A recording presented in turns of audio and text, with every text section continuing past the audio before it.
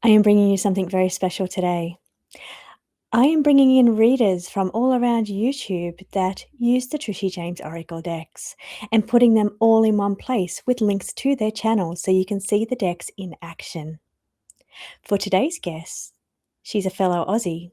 She has over 18 million views on YouTube and she uses the Trishe Jaimes Oracles. I love to watch her read, with the Governance Oracle in particular. So today's guest will be Dr. Lena.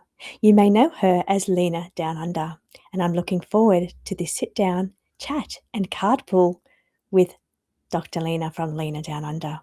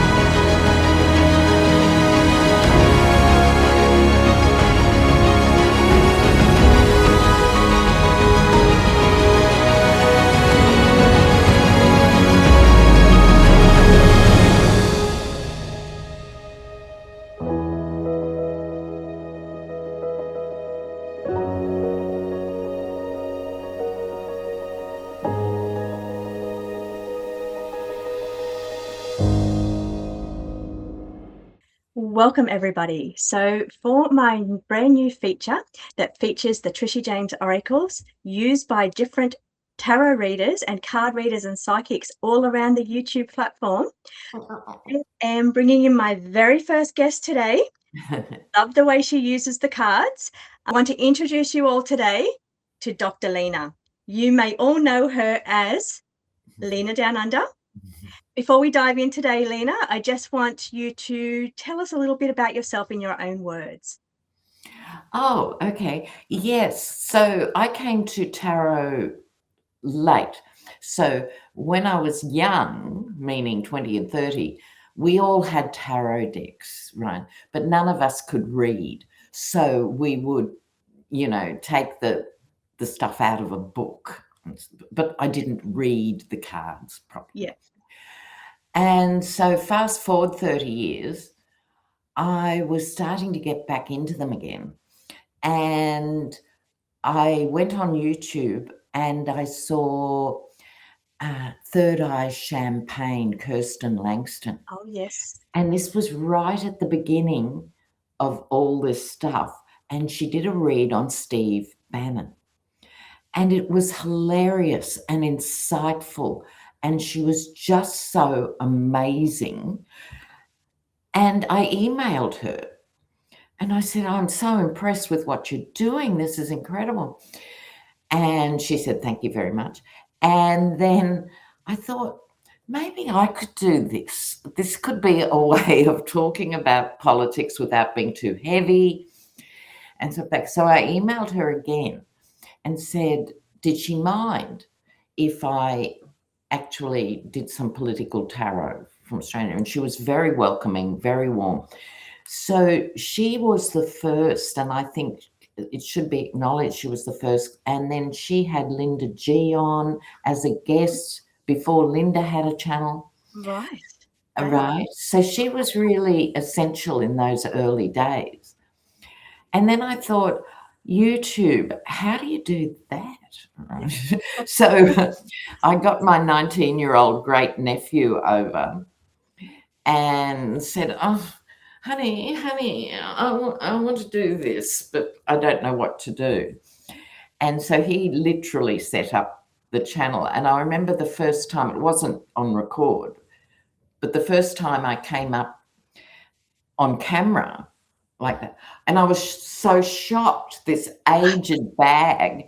And I thought, what am I doing? Oh my God. Mm-hmm. And it's hard to see yourself on camera, isn't it? yes. Yeah. Takes some adjusting. It takes some. Now, of course, you don't see it and you don't notice it when you're a seasoned campaigner. But I remember that first time thinking, maybe I can't do this to the world. And the sound too, the sound as well. I think that's a bit of a shock when you're first starting out too. Yeah, I was sort of more used to that as a university lecturer. I was sort of used to my own voice in a public space. Which is why you're a masterful speaker. I'm always amazed at how you speak and how eloquent you are with your articulation. So, thank you, darling. So, and I do believe you've got Third Eye Champagne linked on your page. Is that correct? Is that her name? Yes. Yeah. I did notice that you've got her down the bottom. If anybody's interested in checking her out, you can go to the bottom of Lena Down Under's collaboration section or other readers, and you can click through to her that way as well. Yes, go person.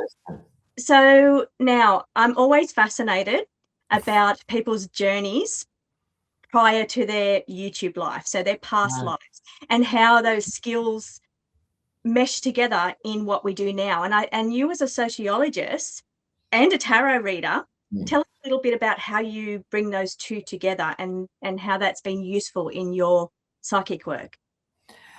Well, let's look at the sociology itself first. In Australia, unless you're a young university student and you actually do sociology, people don't know what it is. No. My own family would have no idea what sociology is. Mm-hmm. And by the way, it's a study of society. Perfect for what you do. Yes.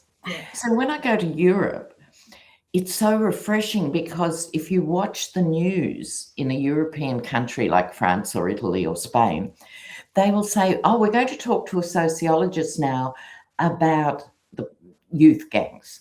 We're going to talk to a sociologist now about climate change. Mm-hmm. We're going to talk to a sociologist now about where this economic direction is leading. Yeah. And everyone knows what a sociologist is. Yeah, we just don't. Yeah. And so I think every government, I mean this in all seriousness, should employ sociologists in every major department to look at these things.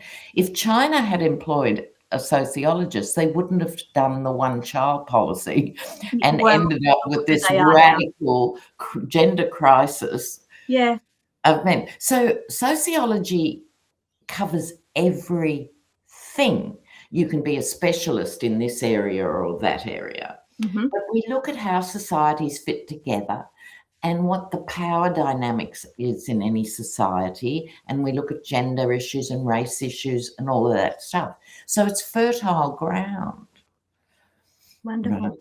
Yes. So if you add into that the cards, I feel that's what I bring to the table. I've got another language to talk about this stuff in. And you're very unique in that way. Yeah, you are. You have that background, that knowledge and that insight, and then you mix it with your psychic insight that you get as well that makes you very unique. And I think that's why you're so successful. And let me add, over 18 million views on YouTube. That's my God, really? Did you know? Yeah. How did that happen? Oh, I know. I did a little bit of looking at where you are. I thought, amazing. That's, congratulations. Oh, thank you. That is a thrill. I'm such a dinosaur. I don't know how to go into the analytics. So that is news to me. Well, congratulations. That's a big number. So speaking of the YouTube journey, you've shared a little bit with us about your YouTube journey and how you set up.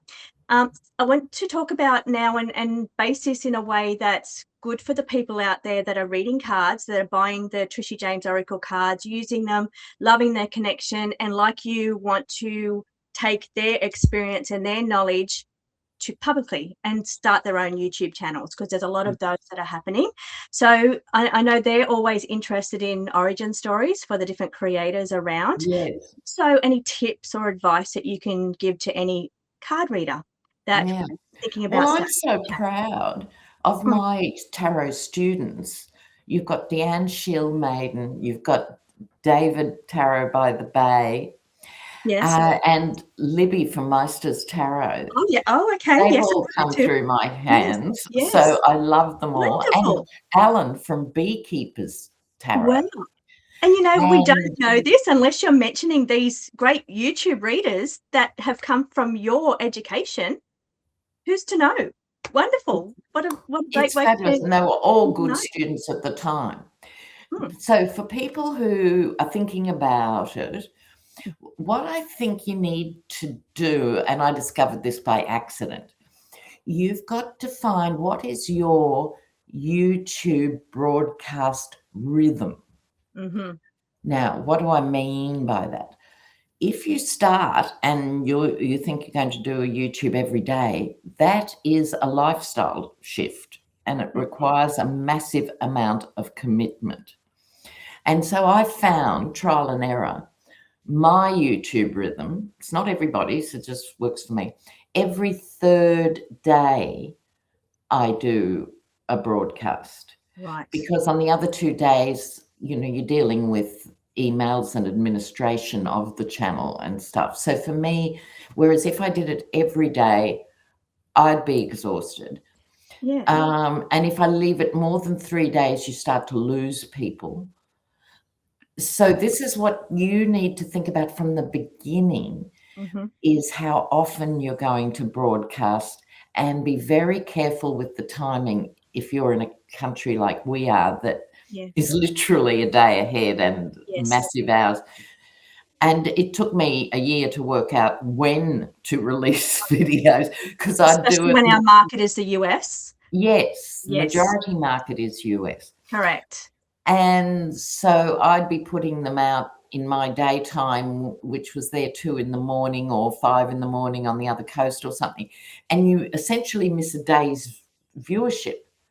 So Yeah. you have to tune in to where you want to pitch it between Eastern Standard and Pacific time. That suits both countries, as in peak times that they are viewers. Yeah. And Yeah, being consistent too, I think, with that as well. YouTube want you to be absolutely. consistent on those certain days and times. And also, I think your viewers learn to expect you at that time. Yes. Yes, which is a Yes. good thing as well. That, Lena, that is great advice for everybody out there that's looking at starting their channel. Are you still running your courses? I'm not at the moment. I've just finished a Okay. 2-month block. Mm-hmm. But I'll let people know on my channel when I'm opening the books again for students. Right, because that's wonderful to see the proof of the people that are Oh, now YouTube readers on oh. YouTube because of your education. So that's proof. And I think Wonderful. it's being an old teacher in the Mm-hmm. sense it's scaffolded in a way that, because I work with students one-on-one, I can work at their level and what their best approach is for their thinking. And I think it really works in It that does. way. And Because it comes back to, sorry, but I didn't mean to cut you off there. No, it's okay, because you can find there'd be a million places on YouTube, I'm sure, where you can learn tarot. But there's a tendency of, just whatever you think, like, just let it flow. And that's quite intimidating. Uh-huh. If someone, they can be quite gifted and intuitive, but if they're not really comfortable with the cards, you're not getting the best benefit No. of having the cards working for you. And that is a wonderful example of your past YouTube life skills and how you have made that work. It's your education background to Mm. other people. So that's exactly what fascinates me, is people's past life skills and how they bring that into the YouTube life. Yes. So yeah, the Trishe Jaimes Oracle deck. So I love to watch you work. Congratulations. Thank you, thank you. And I love to see them, that is my favorite one to watch you work with. And that's why I brought you on as my first guest, because of the way you read the governance deck, and I just love it. I love to watch all the readers that read the decks, because they were designed to help be read through your lens, through your voice. That's why I don't encourage the guidebooks, because I'd rather you really just use the words, use the images, and tap into your own voice, because not my interpretation of what that card means, but your interpretation. So that's why I don't put the guidebooks in there, because like you said back in the beginning with the tarot cards, and we used to go to the meaning books and we didn't read them. Well, it blocks your flow of intuition, because that's Yes, it does. left brain logic once you pick up a book and start reading, as opposed to that flow of information coming through in a positive way. So that's why I do that. But I love the way that you read. So I'm going to use the Governance Oracle as an example for you, Lena, on how you read with has there been any experiences with that deck that have been mind-blowing for you? Look, I love both the decks I've got of yours. And they always get a great viewer response too, because they're not traditional tarot. People you've chosen each expression very well and very cleverly, and people can instantly identify with that. And as the reader, we're just bringing extra information to the card and the story. Correct. But they really stand alone. They're brilliantly conceived. So I want to congratulate you. Thank you. They are all divinely, spiritually guided through each card. They're lovely. That's wonderful. So Dr. Lena is a great example. If you're looking at using the Governance Oracle, I'm going to put Dr. Lena's, or Lena Down Under, details on the bottom in the description, so you can go straight to her channel and take a look at how she reads the Governance Oracle, if that's one of the decks that you're thinking about purchasing. So I think it is time now to get into our topic for today. So I'm going to read through where our topic today, that we're going to pull a couple of cards from the Governance Oracle. Be that Truth Social post by Trump, the Easter message. Now, let me just... I woke up to it this morning, because my first question every morning to my flatmates is he dead yet? Right. And yesterday, with yesterday's news, we all thought that was happening. Yes, I finally thought the day has dawned. Okay, so I'm going to read out the post, just so everybody's aware of it. I'm sure everybody knows by now. It's all over the internet already. But Tuesday will be Power Plant Day and Bridge Day, all wrapped up in one, in Iran. So there will be nothing like it. Open the blank Strait. I won't use the profanities that he's used in his post. You crazy blanks, or you'll be living in hell. Just watch. Praise to Allah. That was interesting. And then President Donald Trump. Now, he's put in a later second post about 8 p.m. Tuesday being the cutoff date. So let's put some cards on that energy. And do we think Trump is going to escalate the war? Let's have a look. Because in Australia, we're recording this on Monday morning. Yes. Oh my goodness. And so many generals have resigned. Yeah, strange things going. I've got actually got a video coming up about the missing general, but a lot of strange activities going on around about generals. Yes, so he fired about a dozen of them, but others have gone because of this behaviour. Okay. Will he escalate the war? I'll pull 4 cards.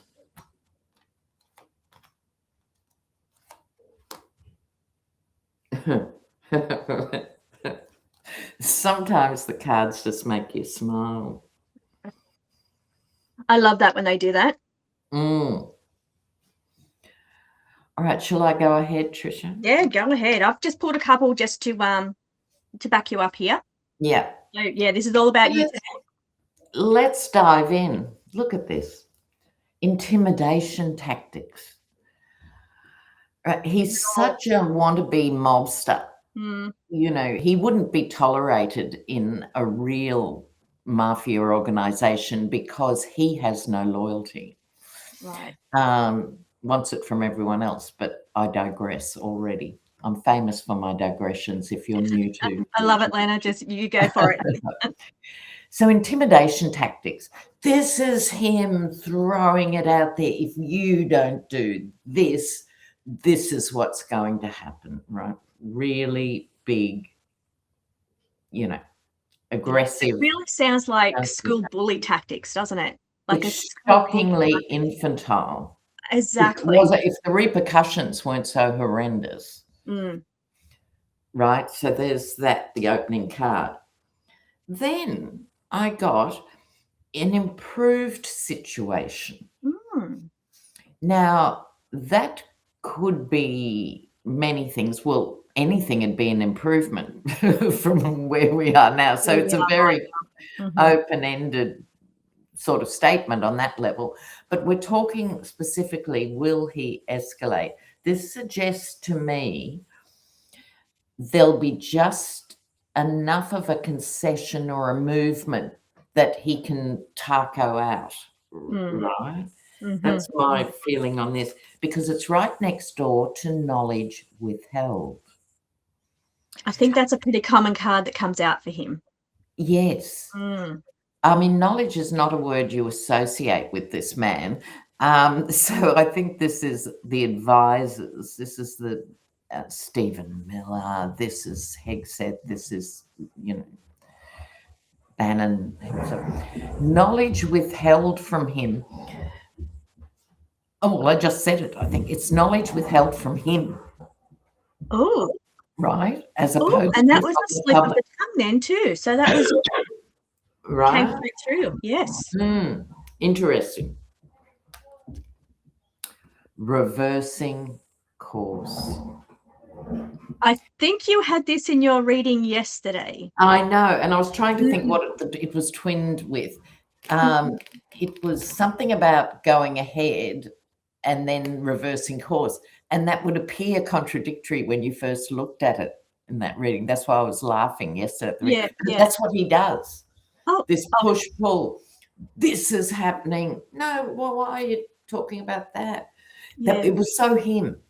Or gives this date and it's a different date, or says I'm not going to start the war for 2 weeks and starts at that next day. It's definitely. Yes, all of that.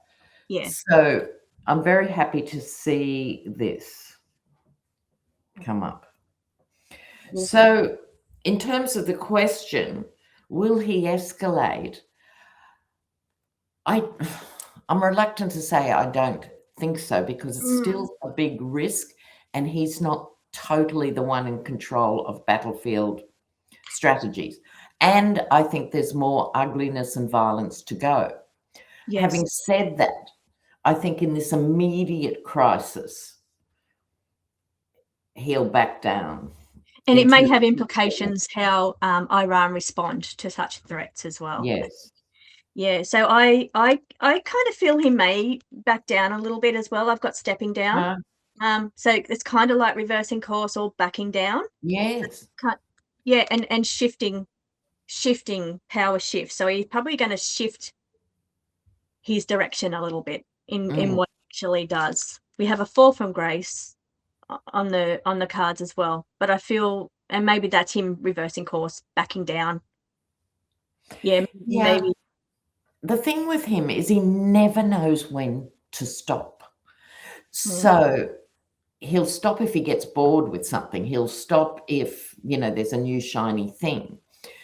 But I think that particular Easter tweet, when he's allegedly the leader of this hyper-Christian nation, it was so demented.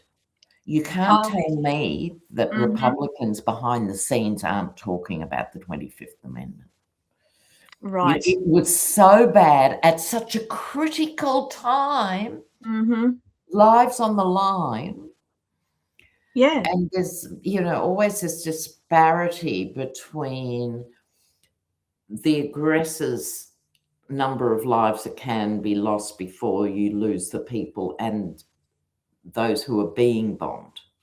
That's right. So it's like 6 American lives versus 1 million Iranian lives. Yeah. And do we really see the true numbers for the Americans? I mean, we don't know. On either side, are we seeing how many casualties, and are we seeing the truth? Exactly. The Americans? I think they do hide a lot from us in that kind of way.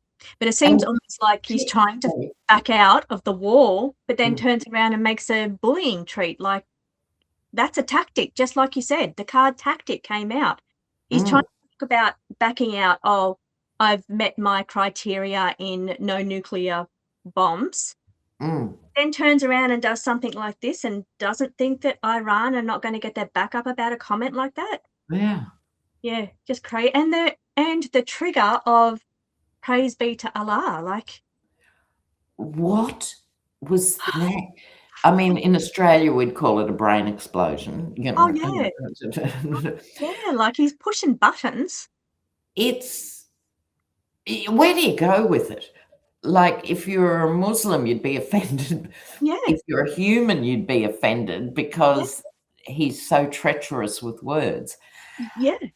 And It then was the other week too, bizarre. with the somebody told me about the comparing himself to Jesus. He's putting the blasphemy against Christians on edge as well. So, Uh, it is absolutely extraordinary, which I think leads us in a way into the bigger picture of what is happening mhm, in the US, you yeah, know, which has had this role as the global giant.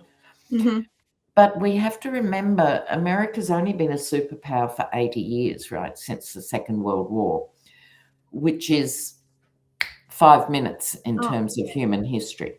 definitely, And we as Australians have seen the end of empire with the British Empire. Now, you're heaps younger than me, so it probably barely registers on your radar. mm, mhm. But for me, I've got a good half a century. well, we had pictures of the Queen in every classroom, not just the Mhm, school, not just the yes. assembly halls, in every classroom. I was of those days as well. Also, Uh, we used to do the national anthem and the other one to the Queen as well. yes, Every day yes. in primary school. God save the Queen. God save the Queen. Yes. Now, at the time, the British Empire extended to include a quarter of the world's population. Mhm. So it was massive. And the currency that had power and cachet and that everyone wanted to convert their currency through was pounds sterling. Mhm. So then came the post-war era in the 50s and 60s, and a lot of the Commonwealth countries wanted independence and got them. We still haven't got there. That's another No, story for another we day. have not. Um, and so the empire just sort of peeled away and fell away as America's ascendancy Mm. came into power. So we lived through that transition period. So I think I'd like to reassure Americans who are freaked out by what is happening and stuff. The end of empire isn't the worst thing. It can actually be a good thing. Mm. And that's a beautiful, comforting sentiment, Yeah. especially for the people of the US and the difficulties they're going through. Yes, and I do a weekly collaboration with Erica Robinson, Yes, I've seen that. Worldview 360, Yes. and she uses the term, after all this, America will right-size. Right. And I think that's another good way of looking at it. It's better to be a healthy middle power Yeah. than a struggling obscenity with too much power. And trying to hang on to power too, trying to keep control and hang on to power. Yeah, and that's always the ugliest stage. It is, and we are living through that right now. Yes, What we're seeing with our own eyes right now. yes. So even if you're not looking at it from the difficult, challenging side of it, it is a wonderful time to be alive right now in what we're going through, what we're witnessing with our very Mm, eyes. So I yeah. thought we could just pull a couple of cards for Australia since we're both Aussies, and what this could mean for. Now I know our PM Albo did an announcement prior to Easter saying don't cancel your Easter plans. Go and do your trips and whatever you're doing, but something about that felt a little bit ominous. Yes. Like you don't know It's what like party now because you mightn't have any petrol next month. That's how I felt when I heard that speech. So I think it would be nice to do a couple of cards just for the Aussies. Yes. So will we say Australia in relation to the war in the Gulf? Yeah. I think that's going on. Yeah. Okay. And I think they're pretty obvious. I'll just read mine and just let you know what I've got. They're deliberately obscuring information about how challenging this situation will be for Australians and what is coming up. There will be mounting tension, which will affect us all in the hip pocket because of the economic situation for each individual that's going to be affected by what's going on the other side of the world. And it's probably advisable to prepare yourselves and to maybe do a little bit of stocking up. Oh, that's interesting. Right. Now, I got pursuit of control. Now, let's just think about what that could mean in the Australian context. I think we have always been in lockstep in my lifetime and yours with the United States and have gone into every conflict of the United States since the Second World War, right? Vietnam, Iraq, Afghanistan, all of that. Whenever we're called. Whenever we're called. And this time, we and the world are saying, no, you chose this, it's all yours. Not our war. So I think that's what it's hinting at. That represents a big deal for whichever Australian government was in at the moment. It's still a big deal to deny the states what they want. So absolutely. Control. And we haven't done that. We haven't done it. This is a first. This is a first. It is. It is. I also think in terms of the question, pursuit and control in terms of resources. Right. So we have that. National defence. Oh my God. Oh, wow. That's a pretty big deal. Exactly. It's a pretty Given big what you just said too. Yeah. So I think it's woken Australians up, and we have to think what national defence means. Another digression. I think what the world should be talking about now, everywhere, is, starting with Australia, if we had gone green 40 years ago, 30 years ago, 20 years ago, and have got through the teething stage and be up and running, this is a national security issue. Correct. Otherwise, we're looking at this every 8 or 10 years, right? And so the Greens, like everywhere, people were more worried 30 years ago about climate change than they are now. Yeah, well, we've got other distractions right now too, though. Well, massive, but there's always distractions. Of course. What it is, I think, is the undermining of science.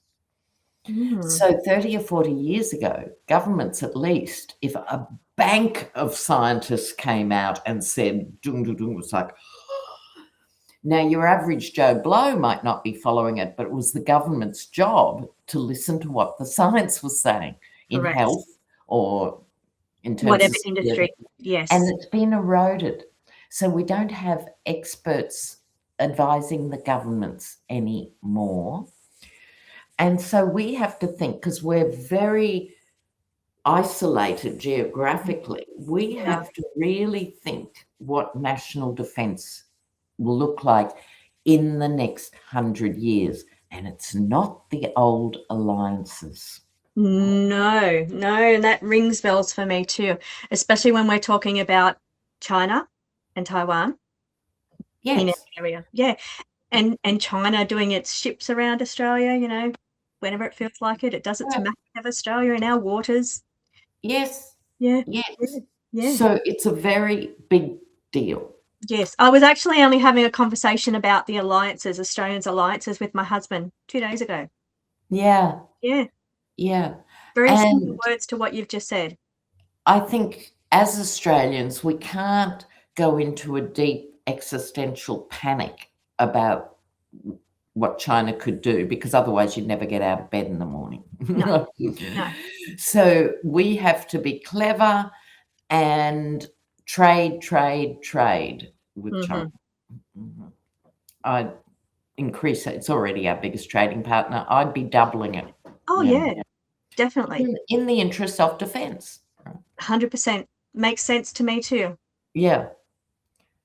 Deal made. So back to our original question, how this Gulf War, oh God, we're talking about Gulf Wars again, how this Gulf War There will is some impact history. similarities though. Yeah, I understand why you said that. Yeah. Mm, Okay, deal made. With Trump's behavior generally, and the tariffs, and now this abomination, the world is realigning at warp speed. yeah, Right? it is. Trade deals used to take between 3 and 5 years. Wow, You incredible. know, a standard Mm, international trade deal took 3 to 5 years. There was all this smoozing in the early days, and then all mhm. the calculations, and then talking about what each side would and wouldn't accept, and then making it was a huge process. Yeah, Now, led by Canada, Trudeau, I think one of the luckiest things for Canada was Trudeau was still there and everyone knew him in the world. mhm. And it was the best timing because he had literally said, that's the end of my immediate political career. So he was off the hook. He wasn't representing this party or that party and being a bilingual speaker. They got amazing deals and protection, I think, from Europe and the EU because he was a French speaker. I think you can't underestimate that. That's And interesting. Mm. and then it just reminded them of their history. Oh, okay, Quebec. Oh, French. Oh, okay. Oh, That's okay. that's right. It was really impactful in a way I think an exclusively English-speaking Canadian Prime Minister couldn't have achieved. Yeah. I think he broke that ice. Then Carney, who I don't think his French is marvelous. Please, Quebecois viewers, correct me if I'm wrong. But he is the economics guy and he has international experience with, helping the UK navigate the post-breakfast. Leave that in. Yeah. The post-Brexit economy of Britain. So he's an international economist. So they've got him at the helm now, and he has done a marvelous job Mhm. because Canada could easily be very passionate and elbows up. But if you had someone who didn't get economics, the tariffs and everything could have been a worse disaster than they are. He has steered through. What I'm saying all that for is Yeah. Australia needs to be acting like Canada. Yes, I think Australia has a lot of work to do. Yes, and Yeah. we're not there. We're In so many still areas. we're So many still a areas. bridesmaid to the US, We right? are, we are. Who wouldn't know if we were dead or alive? So No, it's not the wouldn't care, smartest thing. really, unless we're offering support and assistance Exactly. or giving away resources. Yes, exactly that.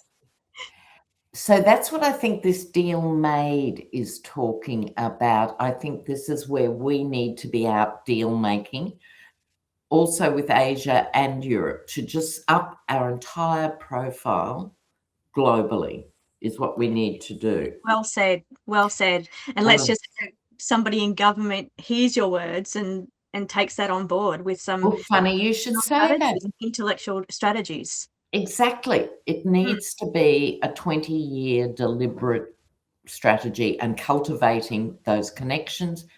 The last card, global governance. it's How good are these cards? yes, And yes. that leads on perfectly Mm, because what we are seeing, and it's not going to go back now, it doesn't matter, if Trump drops tomorrow or what happens in the immediate aftermath, America is not able to repair this damage in the next little while, let us say. So we are seeing a shift in global power. So I hope that my most optimistic version of the New World Order, China will obviously be a big player. India will be a massive player. Yes. But I'm seeing a multipolar world instead of a unipolar world where everyone kowtows to the United States. We're shifting into a multipolar world. And Brazil, I was in Brazil last year, and it is powering. So Right. I think it's the beacon on the hill in a way for Latin America. Mm-hmm. China is China. And I think people always underestimate India They do. because it Yeah. has a hugely well-educated population. Large It's population. modernizing. Mm. So I don't think we should be afraid. I think we should embrace the multipolar focus of the Yes. new order. Wonderful.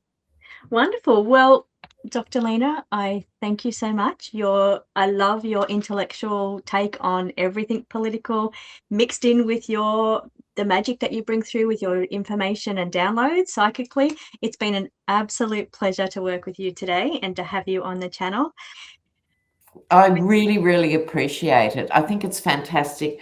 And congratulations on Thank these you. cards. Thank you. They are just delightful to work with. That's And I think you should have a big pat on the back. Thank you. And give yourself a pat on the back for your 18 million views. Wonderful. So with that, I want to say thank you to everyone for watching. To check out Lena Down Under, her links will be in the description below. I'll link to some of her videos, but mostly to her channel, so you can pop on and see how she magically, intellectually brings the cards to life with her readings. So thank you once again, Dr. Lena. Thank you so much.